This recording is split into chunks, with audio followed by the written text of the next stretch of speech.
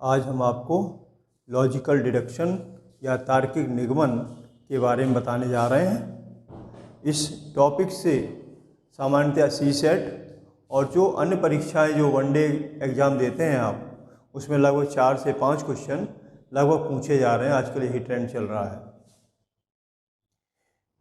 इस टॉपिक के विषय में एक विडंबना ये है, हम क्लासरूम में, ऑफलाइन क्लासरूम में पढ़ाने से जो अनुभव हुआ है कि आता तो ये टॉपिक, ये विषय तो 80% लोगों को है, लेकिन उन 80% में से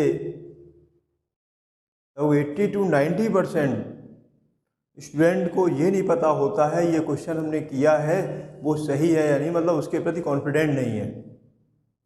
इसका कोई और कारण विशेष नहीं है, क्योंकि इसको ठीक से आप कॉन्सेप्ट के से पढ़ते या पढ़ा नहीं गया है, उसको समझा नहीं गया है। उसको क्रियात्मक पक्ष थोड़ा बहुत जानते हैं, लेकिन जब तक आपको कॉन्सेप्ट क्लियर नहीं होगा तो आप उस तरीके से क्वेश्चन कर भी नहीं सकते। कोई फार्मूला तो है नहीं, जब तक आप समझ इसके अंदर पैदा नहीं करेंगे डिडक्टिव लॉजिकल डिडक्शन के लिए, तार्किक निगमन के लिए, तब तक ये क्वेश्चन नहीं होगा। तो हम कोशिश कर रहे हैं आपको अच्छे ठीक से कॉन्सेप्ट बताकर समझाने की। थोड़ा सा समय दीजिएगा, थोड़ा सा धैर्य रखिएगा, पूरी तरीके से समझ में आ जाएगा। 100% आप क्लास करने के बाद या वीडियो सुनने के बाद आप आश्वस्त रहिए कि वो 100% आपका क्वेश्चन सही हो ही जाएगा। बहुत आसान क्वेश्चन होता है, थोड़ी प्रैक्टिस की ज़रूरत है। एक बार कर लिया तो हमेशा के लिए हो जाएगा। लॉजिकल डिडक्शन दो तरह का होता है। पहला एक है इमीडिएट डिडक्टिव इन्फरेंस और दूसरा है मीडिएट डिडक्टिव इन्फरेंस।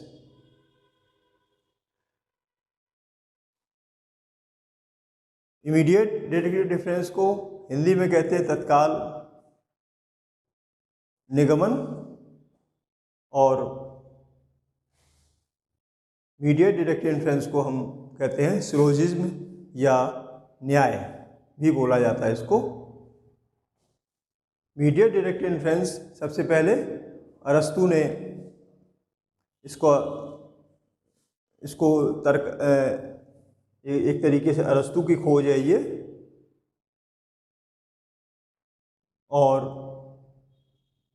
इन दोनों में डिफरेंस ये होता है कि इमीडिएट डिडक्टिव इन्फरेंस में केवल एक तर्क वाक्य से ही हम वैध निष्कर्ष निकालते हैं, जबकि मीडिएट डिडक्टिव इन्फरेंस में हम कम से कम 2 तर्क वाक्यों से एक वैध निष्कर्ष निकालेंगे।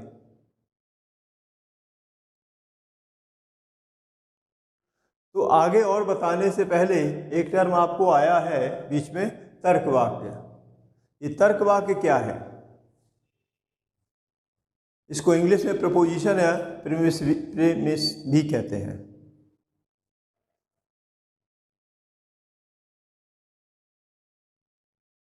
तर्क वाक्य की परिभाषा बस यही है कि तर्क वाक्य भी एक सामान्य सेंटेंस ही होता है, लेकिन ये एक निर्णायक सेंटेंस होता है। तर्क वाक्य एक निर्णायक सेंटेंस होता है। सेंटेंस तो कई प्रकार के हैं, एक्सक्लेमेटरी है, इंट्रोडक्टरी है ना, अफर्मेटिव है, नेगेटिव है, सकारात्मक है, नकारात्मक है ना। तो जो आपका तर्क वाक्य है वो निश्चित रूप से या तो सकारात्मक होगा या नकारात्मक होगा। ध्यान दीजिएगा, तर्क वाक्य एक निर्णायक कथन होता है, वो या तो सकारात्मक होगा या नकारात्मक होगा। तर्क वाक्य में 4 भाग होते हैं। जैसे हम एक तर्क वाक्य लें, उदाहरण के तौर पर, सभी शेर पानी है।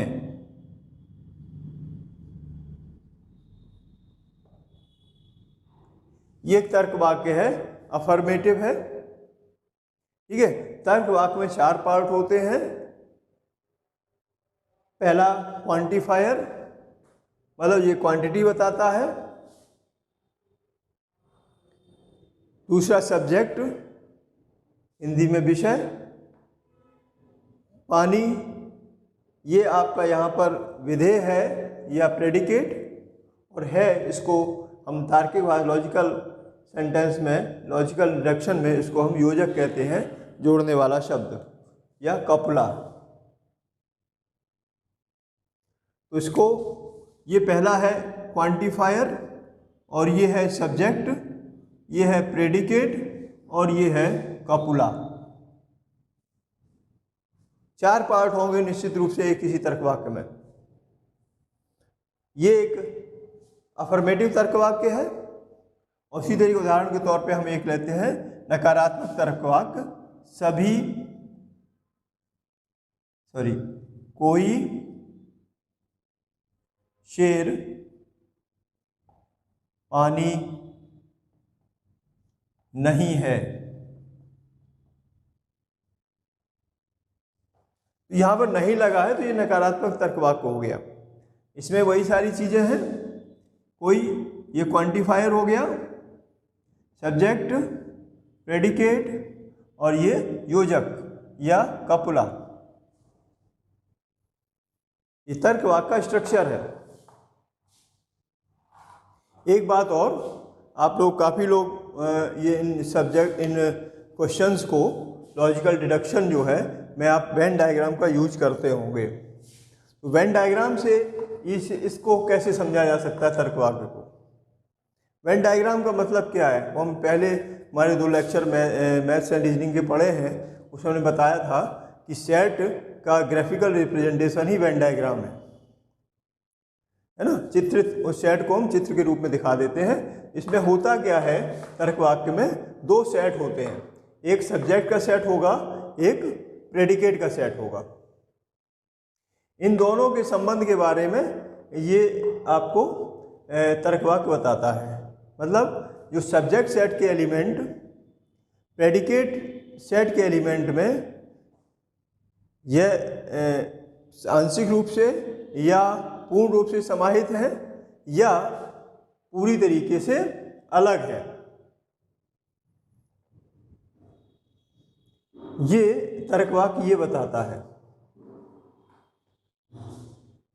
वेन डायग्राम की परिभाषा से के रूप से या दृष्टि से आप समझेंगे तर्क वाक्य को, तो तर्क वाक्य हमें ये बताता है कि सब्जेक्ट सेट के एलिमेंट प्रेडिकेट सेट के एलिमेंट में, सब्जेक्ट सेट के एलिमेंट या सब्जेक्ट सेट प्रेडिकेट सेट में आंशिक रूप से समाहित है या पूर्ण रूप से समाहित है या पूरी तरीके से अलग है। तो वेन डायग्राम के हिसाब से यही है।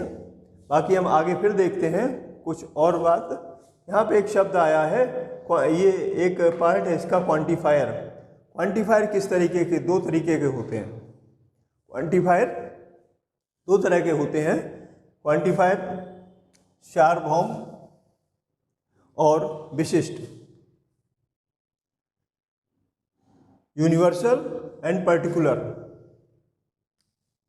क्वांटिफायर जो होगा 2 तरह का होगा।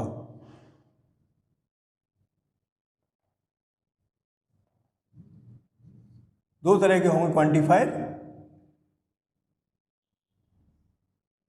या तो यूनिवर्सल होगा या पर्टिकुलर होगा। पर्टिकुलर, यूनिवर्सल में जो शब्द आएंगे सभी या सब, इन शब्दों का क्वांटिटी के रूप में यूज होगा। और पर्टिकुलर में कुछ या कोई नहीं भी हो सकता है, सब या कोई नहीं, है ना। तो ये जो है इसकी पहचान है यूनिवर्सल और पर्टिकुलर की। तो यहाँ देखिए क्या मतलब है इसका। वेन डायग्राम से समझिए क्या मतलब है। जैसे इसका वेन डायग्राम अगर हम बनाएं तो क्या होगा, सभी शेर पानी है, ये शेर है और ये पानी, और इसका वेन डायग्राम बनाएंगे तो कोई शेर पानी नहीं है, ये शेर का सेट है और ये पानी का सेट है। अब इसको अगर हम यूनिवर्सल और इससे संबंधित या एक सेंटेंस हम पर्टिकुलर का भी लिखें उसको और ठीक से समझ लेंगे। कुछ शेर पानी है, इसका मतलब इसका वेन डायग्राम कैसे बनेगा, कुछ शेर पानी है, ये शेर होगा, शेर का सेट, ये पानी का, ये कुछ शेर पानी है, इसका मतलब इसको ये दिखा रहा है, ये वैध होगा ये। तो कहने का मतलब ये है, ये हम बता रहे थे जैसे पर्टिकुलर, ये पर्टिकुलर है, इसके कुछ एलिमेंट, कुछ विशिष्ट एलिमेंट ही दूसरे प्रेडिकेट के सेट में समाहित हैं। और इसमें क्या है, यूनिवर्सल में पूरे का पूरा सेट जो है वो प्रेडिकेट सेट में समाहित है। इसमें क्या है, पूरा का पूरा सेट प्रेडिकेट सेट में नहीं है, यूनिवर्सल है, पूरा है, संपूर्ण है, यूनिवर्सल है, और ये पर्टिकुलर है, विशिष्ट है। ठीक है, तो इसी के आधार पर हमने दो चीज़ें देखी कि तार्किक या तर्क वाक्य या तो सकारात्मक होगा या नकारात्मक होगा, और साथ में तर्क वाक्य क्वांटिटी के हिसाब से या तो यूनिवर्सल होगा या पर्टिकुलर होगा। इन दोनों के आधार पर तर्क वाक्यों का हम विभाजन हमने किया है सुविधा के लिए, जिससे आसानी से उसको समझा जा सके। तर्क वाक्य का विभाजन या टाइप ऑफ लॉजिकल स्टेटमेंट, ये ए टाइप एक तर्क वाक्य है या प्रपोजिशन है। ए टाइप प्रपोजिशन में कौन सी है, ये अफर्मेटिव, यूनिवर्सल अफर्मेटिव होता है। ये क्या है, यूनिवर्सल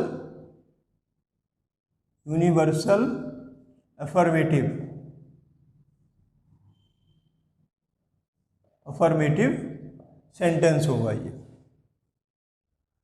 लॉजिकल स्टेटमेंट होगा यूनिवर्सल अफर्मेटिव। जैसे एग्जाम्पल के तौर पे क्या है, सभी शेर पानी है। ठीक है, ये हमने देखा, ये क्वांटिफायर यूनिवर्सल है और ये अफर्मेटिव सेंटेंस है एक, तो ये जो है ए टाइप का प्रीपोजिशन हुआ। इसका वेन डायग्राम कैसे बनेगा, सभी शेर पानी है, ये शेर का सेट है और ये पानी का।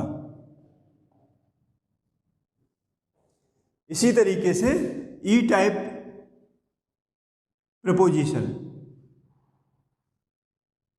ई टाइप प्रपोजिशन क्या है, यूनिवर्सल नेगेटिव।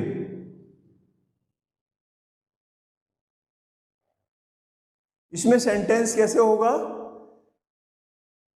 इसमें क्या होगा, इसमें जो सब्जेक्ट सेट पूरी तरीके से प्रेडिकेट सेट से डिस्टिंक्ट सेट होगा, या कहें कि सब्जेक्ट सेट प्रेडिकेट सेट से पूरी तरीके से अलग होगा, इसलिए यूनिवर्सल नेगेटिव है। जैसे कोई शेर पानी नहीं है, इसको आप कैसे रिप्रेजेंट करेंगे, वेन डायग्राम से। ये हो गया, ये क्या हो गया, शेर है और ये पानी, शेर और पानी। कोई शेर पानी नहीं है, शेर का कोई भी भाग, शेर के सेट का कोई भी भाग पानी में समाहित नहीं है, पानी के सेट में समाहित नहीं है। इसका मतलब ये है यूनिवर्सल नेगेटिव। तीसरा है I type preposition. I type preposition होता है पर्टिकुलर अफर्मेटिव, इसे बोलते हैं particular affirmative. Particular affirmative example के तौर पे हम इसी के सेंटेंस को लिख सकते हैं। पर्टिकुलर अफर्मेटिव में कुछ शेर पानी है।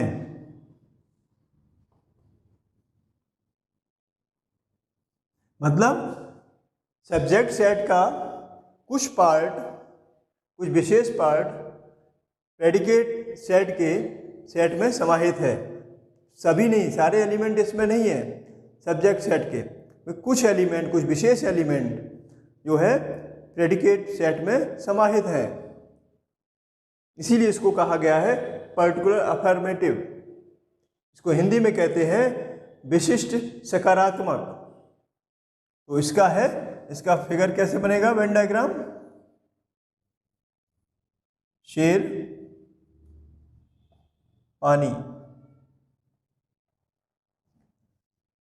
कुछ शेर पानी है। तो ये पार्ट जो है, ये सेंटेंस, ये निष्कर्ष निकल रहा है यहां पर। नेक्स्ट है ओ टाइप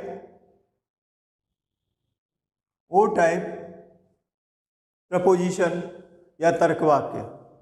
ये होगा पर्टिकुलर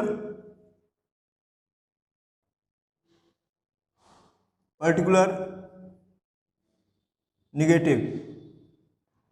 पर्टिकुलर निगेटिव, इसको कहेंगे हिंदी में विशिष्ट नकारात्मक। एग्जाम्पल के तौर पे कुछ शेर पानी नहीं है। इसका डायग्राम क्या बनेगा, देख रहे हैं, कुछ शेर पानी नहीं है। इसमें भी क्या हो रहा है, इसमें आंशिक रूप से जो सब्जेक्ट सेट है वो आंशिक रूप से प्रेडिकेट सेट में समाहित है, इसीलिए विशिष्ट नकारात्मक। समाहित नहीं है इसीलिए इसको विशिष्ट नकारात्मक कहेंगे, पर्टिकुलर निगेटिव।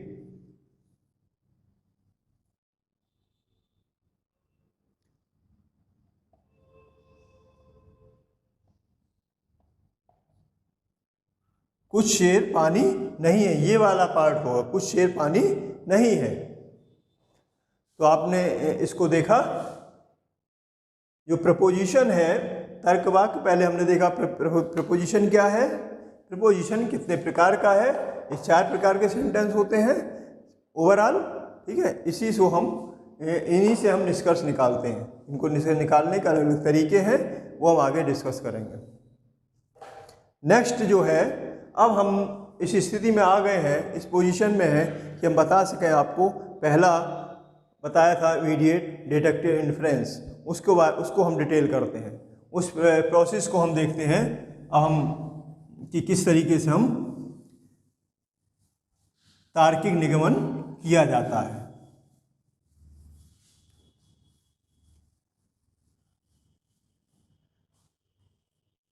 पहला क्या है, इमीडिएट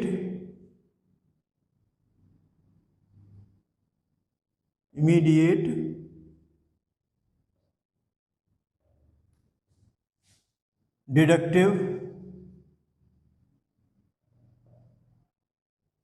इन्फ्रेंस।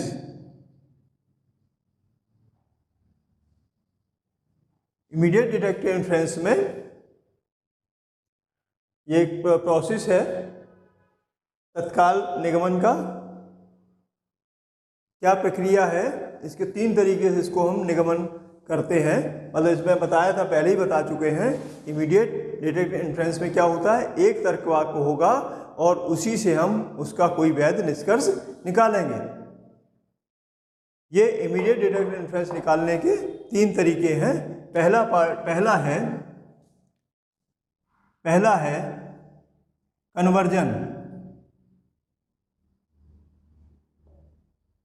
कन्वर्जन। पहला है कन्वर्जन। ध्यान दीजिएगा, इस विधि में इमीडिएट डिडक्टिव इन्फ्रेंस में पहली विधि है कन्वर्जन। इसमें इसकी प्रक्रिया क्या है, इसका प्रोसेस क्या है? तर्क वाक्य हमने लिखा, जैसे लिखा हुआ है कोई तर्क वाक्य, सभी शेर पानी है।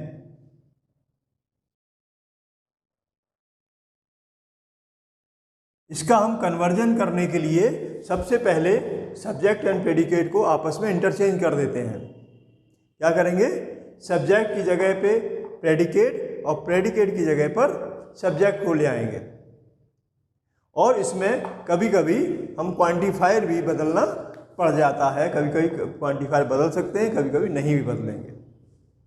ठीक है, तो मुख्य इसका प्रोसीजर क्या है कि इसको सब्जेक्ट की जगह पर प्रेडिकेट और प्रेडिकेट की जगह सब्जेक्ट को हम इंटरचेंज कर दें, इसीलिए इसको कन्वर्जन कहा गया है। जैसे ये जो लिखी गई है ये ए टाइप की प्रपोजिशन है, इसका अगर हम कन्वर्जन करते हैं, वैध कन्वर्जन करते हैं, तो वैध कन्वर्जन इसका होगा कुछ, अब इसको कन्वर्ट कर दीजिए, इंटरचेंज कर दीजिए, पानी, कुछ पानी शेर है। इसका ये वैध कन्वर्जन है। इसका वेन डायग्राम देखिए, इसका वेन डायग्राम ये बनेगा, ये क्या है? शेर का सेट है और ये पानी का सेट है। तो पहला सेंटेंस क्या कह रहा है? सभी शेर पानी है, सभी शेर पानी है, क्लियर है? क्योंकि शेर का सेट जो है पानी सेट का सबसेट है। इसी तरीके से अब फिर दूसरा देखिए सेट, क्या देखिए इसमें वैलिड है या नहीं, मतलब सही है या नहीं। कुछ पानी शेर है, कुछ पानी ये है, पानी का कुछ भाग जो है इस पूरे सेट का, प्रेडिकेट सेट का कुछ भाग जो है में ये शेर या सब्जेक्ट सेट जो है समाहित है, इसीलिए कहा गया है कुछ पानी शेर है। तो ये वैलिड है, ये सही है। ई टाइप का प्रपोजिशन देखिए किस तरीके से इसका हम कन्वर्जन करते हैं। ई टाइप प्रपोजिशन मतलब होता है, इसका उदाहरण बताया था पहले भी, कोई शेर पानी नहीं है। इसका जो वो बनेगा वेन डायग्राम, कोई शेर पानी नहीं है, शेर पानी, कोई शेर पानी नहीं है। इसका अगर हम कन्वर्जन करेंगे, हमने क्या बताया था आपको, इसका सबसे पहली पहचान ये है, सबसे पहला प्रोसीजर ये है कि इनको हम कन्वर्ट करेंगे, किसको कन्वर्जन करेंगे? इसके प्लेस का, प्रेडिकेट को सब्जेक्ट है, सब्जेक्ट को प्रेडिकेट की जगह ले आएंगे। कोई पानी शेर नहीं है। तो ये वैलिड कन्वर्जन है। नेक्स्ट, ये वैलिड इन्फ्रेंस है इसका। नेक्स्ट टाइप का है आई टाइप का। आई टाइप का प्रपोजिशन क्या होगा? विशिष्ट सकारात्मक। इसका एग्जाम्पल लीजिए, क्या होगा? कुछ शेर पानी है।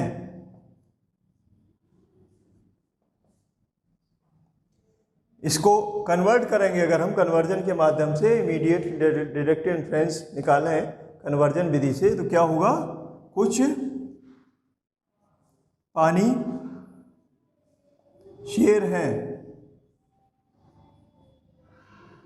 ये क्या है? Particular affirmative.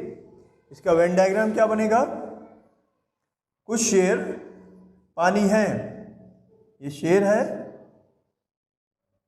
और ये पानी है। कुछ शेर पानी है, देखिए कुछ शेर पानी है और कुछ पानी शेर है, तो दोनों के लिए वैलिड है। ये वेन डायग्राम, इससे क्लियर हो रहा है कि ये वैलिड इन्फ्रेंस है। नेक्स्ट है ओ टाइप प्रपोजिशन, कुछ शेर पानी नहीं है, इसका जो है वैलिड कन्वर्जन नहीं हो सकता है। इसको अगर हम कन्वर्ट करेंगे कुछ पानी शेर नहीं है तो ये अवैध होगा, अवैध निष्कर्ष होगा। ये निष्कर्ष क्या होगा? अवैध या इनवैलिड।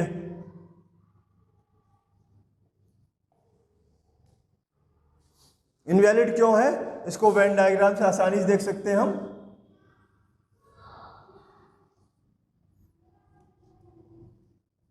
ये शेर है और ये पानी है।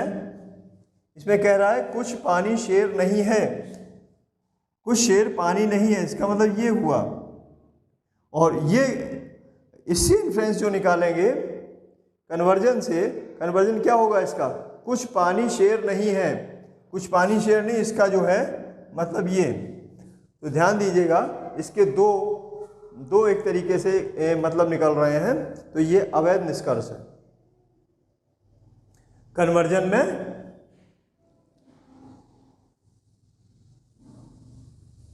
कन्वर्जन को अगर हम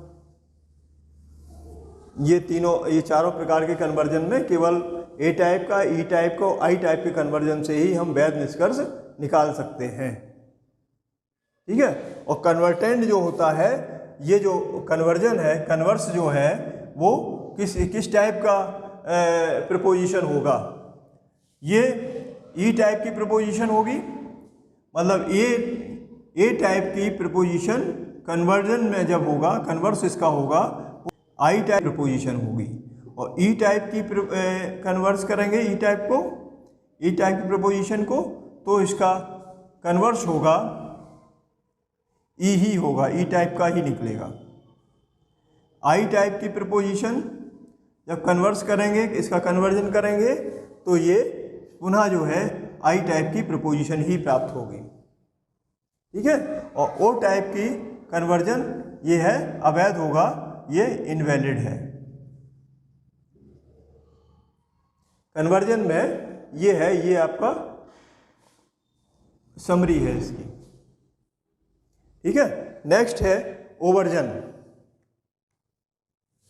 ओवर्जन में ओवर्जन विधि से अगर हम कोई निष्कर्ष निकालते हैं तो उसका तरीका ये है कि जो दी गई प्रपोजिशन है या तर्कवाक्य है, उसको हम उसके गुण को हम बदल देते हैं। उसको अफर्मेटिव को अगर दी गई निगेटिव हो जाएगी, निगेटिव को अफर्मेटिव कर देते हैं। और साथ ही इसके जो प्रेडिकेट को उसके पूरक से प्रतिस्थापित कर देंगे, तो हमें ओवर्जन प्राप्त हो जाएगा उस तर्कवाक्य का या प्रपोजिशन का। उदाहरण के तौर पर जैसे हमने पहला उदाहरण लिया, ए टाइप का प्रपोजिशन सभी शेर पानी है, तो इसका ओवर्जन जो होगा वो क्या होगा? कोई शेर गैर पानी नहीं है। ये पॉजिटिव था, इसको नेगेटिव कर दिया, प्लस इसका जो प्रेडिकेट है उसके पूरक में उसको बदल दिया, उसके पूरक से प्रतिस्थापित कर दिया। तो क्या है इसका वेन डायग्राम? सभी शेर, ये शेर है, ये पानी है।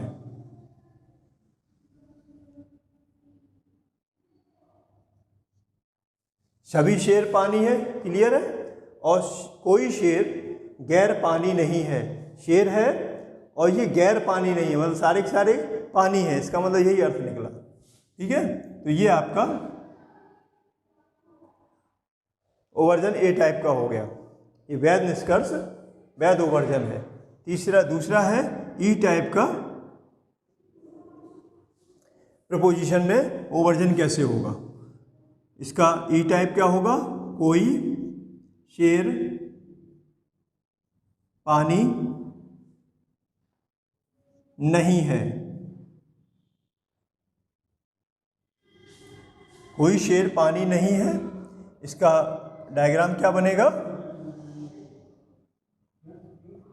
शेर पानी,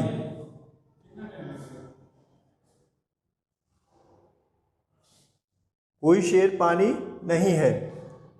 इसको हम क्या है, नेगेटिव से अफर्मेटिव करेंगे और प्रेडिकेट को क्या करेंगे, इसके पूरक से प्रतिस्थापित करेंगे। ठीक है, तो इसका क्या निकलेगा,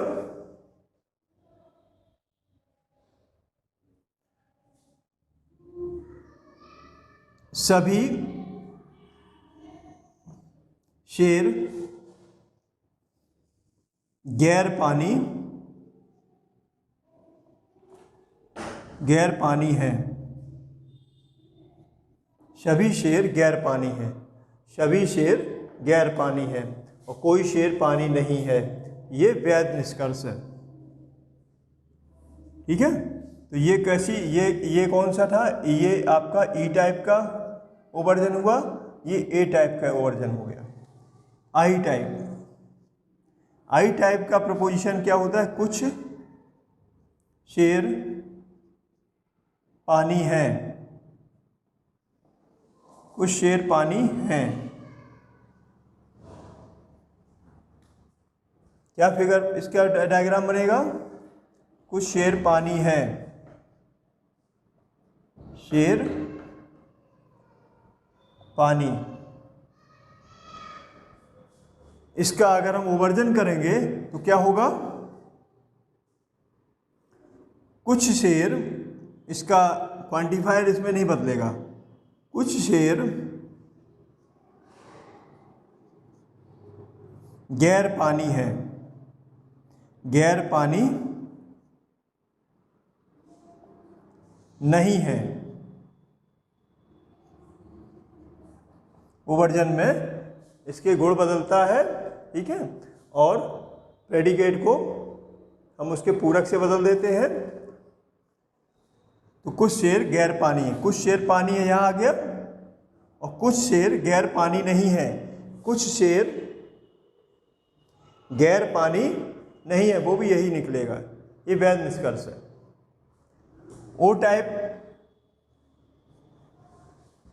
ओ टाइप का प्रीपोजिशन कैसे करेंगे, कुछ शेर पानी नहीं है, कुछ शेर पानी नहीं है। तो इसका देखिए वेन डायग्राम, ये शेर है, ये पानी का सेट है, कुछ शेर पानी है का मतलब ये है कुछ शेर पानी, कुछ शेर पानी नहीं है, ये वाला पार्ट होगा। ठीक है, इसका अगर हम ओवर्जन करें तो क्या होगा, कुछ शेर गैर पानी हैं, कुछ शेर गैर पानी है। तो इसका भी ये वैलिड निष्कर्ष है, वैध निष्कर्ष है। इसमें हम देख रहे हैं आई का ये कन्वर्ट होता है ओ में, ओ टाइप की प्रपोजिशन बन जाती है, और ये आई टाइप की प्रपोजिशन बन जाती है। इसको समराइज करें अगर हम, ओवर्जन में ए टाइप की प्रपोजिशन जब ओवर्जन होता है इसका, तो ये ई टाइप की प्रपोजिशन में चेंज हो जाएगा। ई टाइप की प्रपोजिशन जब ओवर्जन होगा तो ए टाइप की प्रपोजिशन में चेंज हो जाएगी, और आई टाइप की प्रपोजिशन ओ टाइप में, और ओ टाइप की प्रपोजिशन आई टाइप प्रपोजिशन में चेंज हो जाएगी। ये सारे वैध निष्कर्ष हैं। नेक्स्ट देखिए, नेक्स्ट है कंट्रापोजिशन।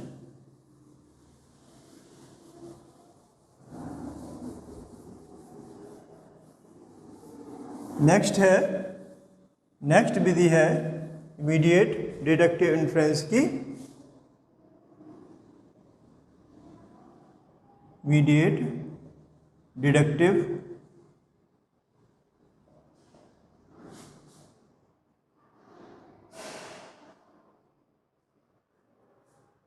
कंट्रापोजिशन।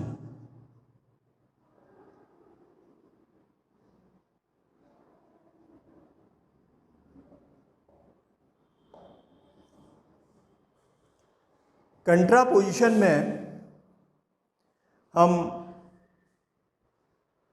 करते ये है, इसमें सब्जेक्ट और प्रेडिकेट दोनों के पूरक से उसे प्रतिस्थापित कर देते हैं। जैसे एग्जाम्पल के तौर पे लेते हैं और कोई चेंज नहीं होता है। जैसे ए टाइप की प्रपोजिशन है, सभी शेर पानी हैं, सभी शेर पानी हैं। ये शेर है और ये पानी का सेट है। इसका जब हम कंट्रापोजिशन करेंगे तो हो जाएगा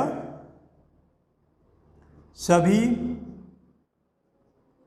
गैर शेर गैर पानी हैं। सभी गैर शेर गैर पानी हैं।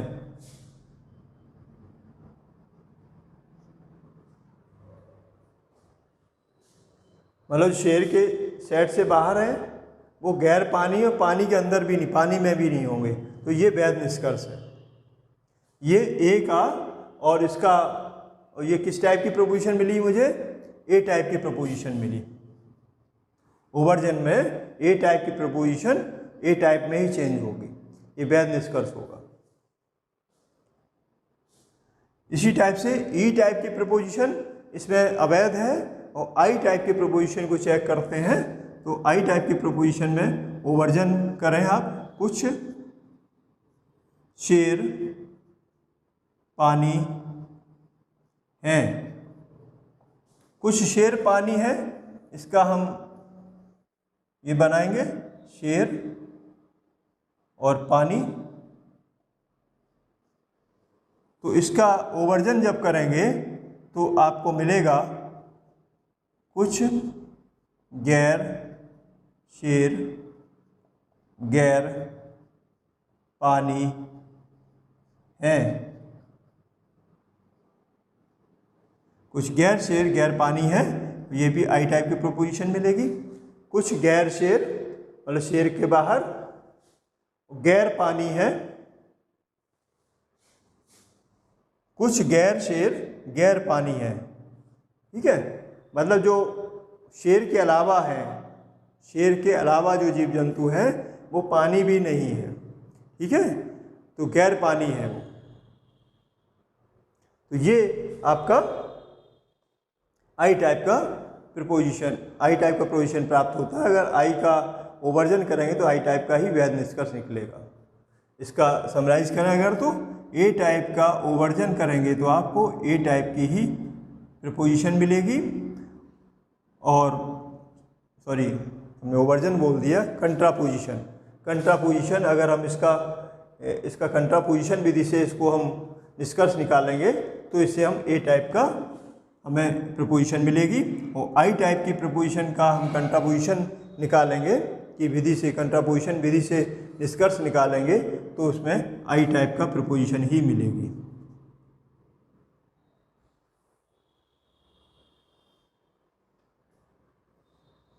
ठीक है, तो आज यहीं तक, बाकी कल हम नेक्स्ट हम क्वेश्चन आपको करवाएंगे। आज यहीं तक, फिर आगे नेक्स्ट में हम आगे बताएंगे आपको मीडिएट डिडक्टिव इन्फ्रेंस कैसे हम निकालते हैं। धन्यवाद।